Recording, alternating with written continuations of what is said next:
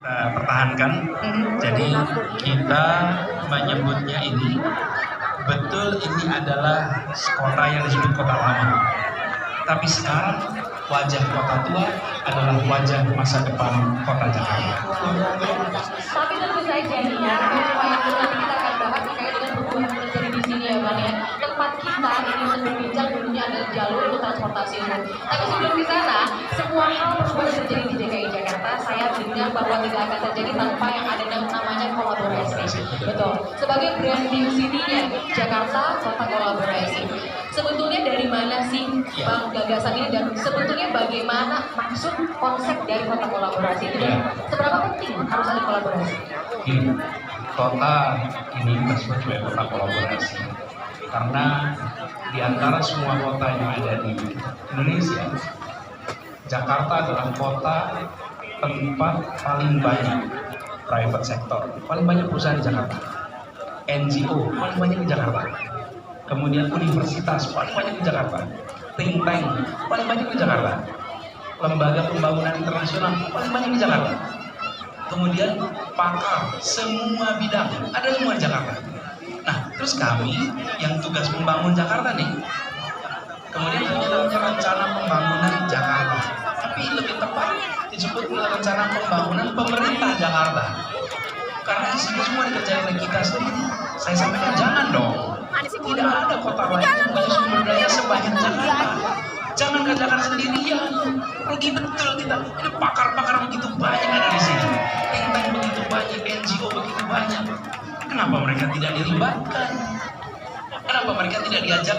Yuk kita sama-sama bangun kota ini. Bukankah ini kota kita bersama? Bukankah ini bukan cuma kotanya milik pemerintah provinsi? Jadi ketika bicara pembangunan, jangan hanya seakan pembangunan pemerintah kota, tapi pembangunan Jakarta semuanya. Nah, kemudian pendekatan diubah.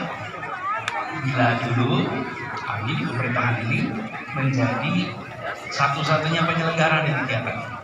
Nah, kemudian masyarakat itu dipandang sebagai warga. Kami bikin sesuatu, punya warga turut aja.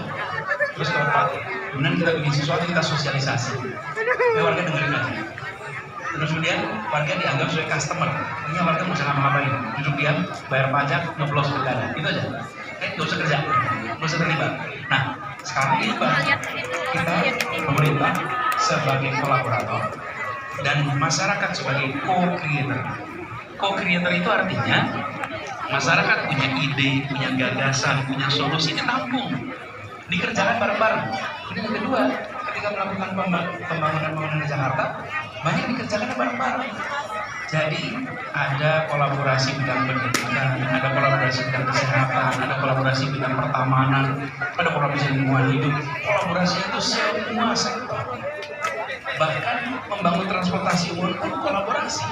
Yang namanya JAKI itu dikerjakan sebagai kolaborasi, bukan Pemprov membesarkan armada. Semua armada transportasi yang sudah ada kita ajak kerja sama-sama. Kita membangun transportasi Jakarta ya. Anda yang saat ini ada, kami menjadi jadi mereka harus khawatir akan mati di Jakarta kegiatan transportasi itu, tapi bermitra kami menjadi off taker namanya, pengambil jasa. Jadi prinsip yang diambil adalah kita melihat kota ini sebagai milik semua. Kota ini adalah tanggung jawab kita bersama. Pemerintah memegang peranan besar karena di pemerintah itu ada dua hal. Satu, punya wewenang. Yang kedua, pemerintah ini punya sumber daya fiskal. Masyarakat punya apa? Kreativitas, punya inovasi, punya pengalaman praktek lapangan sebagai pengguna. Oke. Kemudian kalau ini digabungkan, maka dahsyat tuh kekuatannya. Disitulah kekuatan kolaborasi. Iya, hingga akhirnya ya tercipta ya, terlihat lah bagaimana kemajuan pembangunan yang cukup masif bisa dikatakan seperti itu dan membuat masyarakat tampaknya lebih memiliki lagi Jakarta tempat tinggal dan juga tempat berkegiatan sehari-hari. Nah, kemudian pertanyaan selanjutnya tuh Bang, memang seberapa penting sih kita tahu bahwa ada tantangan-tantangan apalagi untuk perkotaan saat ini terkait dengan bukan cuma dihadapi oleh Jakarta ya, tapi kita harus melihat juga tantangan-tantangan perkotaan di dunia untuk saat ini. Dan seberapa penting akhirnya kolaborasi yang dilakukan di Jakarta ini bisa menjawab tantangan itu Bang? Ya, tantangan yang dihadapi oleh semua kota di dunia saat ini adalah satu, lingkungan hidup. itu, dan kita Jakarta merasakan dampak lingkungan hidup kita yang mengalami degradasi itu. Satu, misalnya udara paling sudah ini terganggu, menurun karena kontribusi besar dari kendaraan bermotor. Lalu apa yang kita lakukan? Melakukan transport supaya warga bisa pindah dari kendaraan umum, tidak harus kendaraan pribadi, otomatis greenhouse gas emission akan turun. Yang kedua, kita bangun taman-taman. Selama 4,5 tahun ini, revitalisasi taman itu sampai 377 taman di Jakarta. Dan konsep tamannya diubah. Kalau dulu taman itu garden itu untuk ditonton, diubah menjadi park. Park itu adalah tempat bermain. Cuman dalam bahasa Indonesia dua-duanya namanya taman. Nah, jadi tulisan itu yang sering nempel di taman-taman kita, dilarang menginjak rumput, dicabutin semua tuh. Silakan menginjak rumput itu buat bermain, bukan ditonton. Nah, konsepnya diubah jadi tempat bermain. Jadi harapannya satu adalah tentang lingkungan hidup, yang tidak kalah penting kita membangun ruang terbuka supaya warga merasakan keselamatan. Ini juga dari kenapa di sini jalur pedestrian.